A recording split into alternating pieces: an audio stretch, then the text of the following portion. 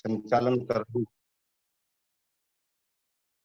हमारी बेटी अदिति आर्या, जिसने बहुत ही शालीनता के साथ अपने कर्तव्य का निर्वाह किया। इस मंच पर विराजमान डॉक्टर निष्ठा विद्यालंकार जी, आदरणीय चंद्रकांता हेरा जी और हमारी बहन सुमन लता जी, आदरणीय बहन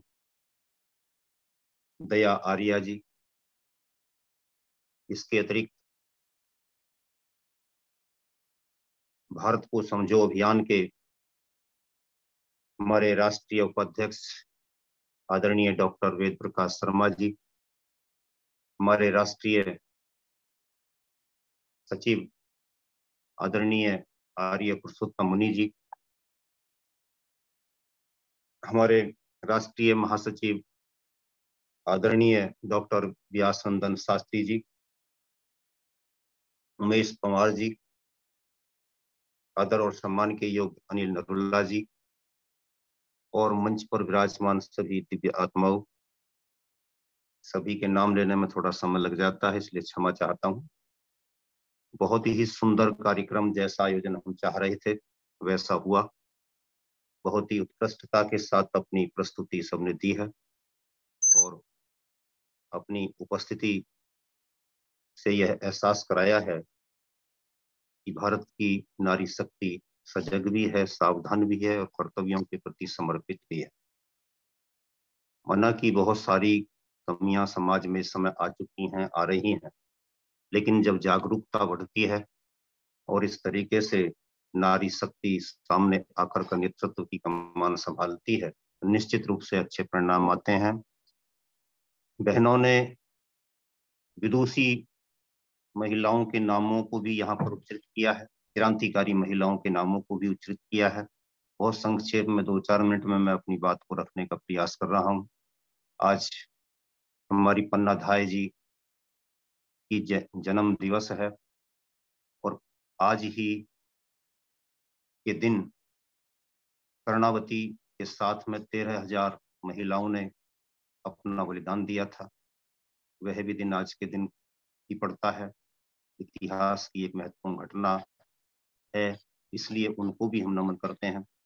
इसके अतिरिक्त अनेक ऐसी घटनाएं देश में हुई हैं, जैसे राजा दाहिर सेन की रानी लाडी रानी, जिसने अपना सर्वोत्कृष्ट बलिदान युद्ध के मैदान में दिया। उनकी बेटी सूर्य प्रभा, चंद्र प्रभा, जिन्होंने बड़ी बुद्धिमत्ता से अपने पिता और अपने देश के अपमान का बदला दूर देश में जाकर के लिया। रानी संयोगिता, जिसके बारे में हम बहुत कम लोग जानते हैं, कि जो दिल्ली का लाल किला है, इसी में सूर्य इस रानी ने, संयोगिता ने और उनकी ननंद महाराणा प्रताप के पूर्वज राणा समर सिंह की पत्नी रानी प्रथा ने इसी लाल किले के भीतर अपना सर्वोत्कृष्ट बलिदान दिया था। कुतुबुद्दीन ऐबक जब भीतर प्रवेश करके उनके पास तक पहुंचा था तो सिवाय उनकी चिता के और कुछ नहीं मिला था। कन्नौज के राजा जयचंद की बेटी कल्याणी और पृथ्वीराज चौहान की बेटी बेला ने दूर देश में जाकर के काजी का अंत करके अपने देश का बलिदान, अपना बलिदान देकर के अपने देश के अपमान का प्रतिशोध लिया था। उनको भी आज नमन करने का दिन है। नीरा आर्या, जिसने सुभाष चंद्र बोस जी के साथ रह करके अपने पति का कत्ल केवल इसलिए कर दिया था कि वह नेताजी सुभाष चंद्र बोस की मुखबरी करके देश के इस महानायक का अंत करवाना चाहता था, उनको भी आज नमन करने का दिन है। इसी प्रकार से अन्य अनेक वीर रानियां और राजकुमारी ताजकुमारी किशोरा राज्य की अयोध्या के पास की रहने वाली, जिसने कुतुबुद्दीन ऐबक का के छक्के छुड़ाए थे और युद्ध के मैदान में रह करके अपना और अपने भाई का बलिदान दिया था। ऐसे कितने ही किस्से हैं। राम प्यारी गुजरी, जिसने मेरठ में रह करके तैमूर लंग का सामना किया था और उसको भगाने के में महत्वपूर्ण भूमिका निभाई थी। रानी नायका जो कि 1175 में विधवा हो गई थी और उसके समय में वहां पर मोहम्मद गौरी जब आक्रमण करके चढ़ करके आया तो इसने उसका बहादुरी के साथ सामना किया था और रानी नायका ने अपने बेटे, जो बहुत छोटा बच्चा था, 2 बच्चे थे, दोनों ही छोटे थे, मूलराज नाम था उस बच्चे का, उसको जैसे रानी लक्ष्मीबाई ने अपने बेटे को पीछे बांध लिया था युद्ध के मैदान में, उसी प्रकार से युद्ध के मैदान में बांध करके वीरांगना नारी जाकर के खड़ी होती है। हमारे देश के अनेक राजा वहां पर उपस्थित हो चुके थे। उन राजाओं के सामने उस रानी ने उस बच्चे को रख दिया और कहा कि यदि इस बालक का जीवन चाहते हो तो आज मेरा साथ दे दो। मैं चाहती हूं कि ये दुष्ट यहाँ से जीवित नहीं जाना चाहिए। और उसके बाद जो जम करके घोर संग्राम हुआ था, उसने उस विदेशी आक्रमणकारी मोहम्मद गौरी को भागने के लिए उसने कहा था, बल्कि 15 साल कभी भारत की ओर आकर के युद्ध करने की उसने सोची तक नहीं थी।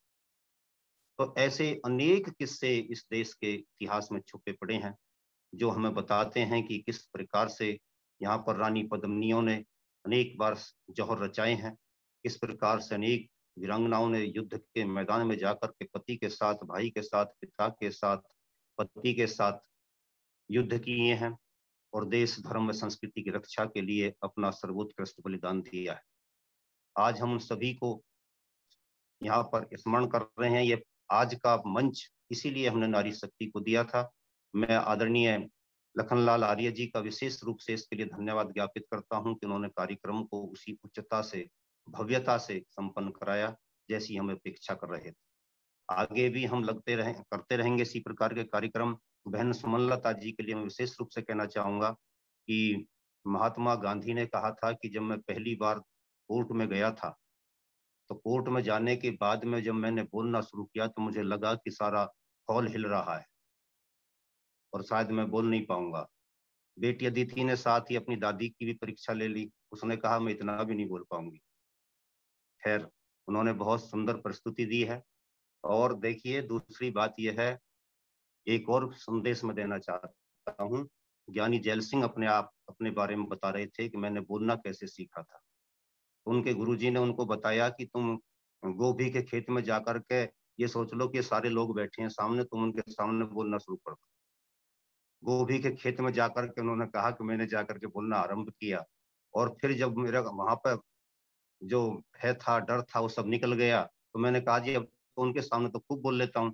तो फिर वो बोले कि तो अब एक काम करना कि जिस सभा में बोलना पड़े तो इन सारे बैठे हुए लोगों को गोभी का खेत ही मान लेता,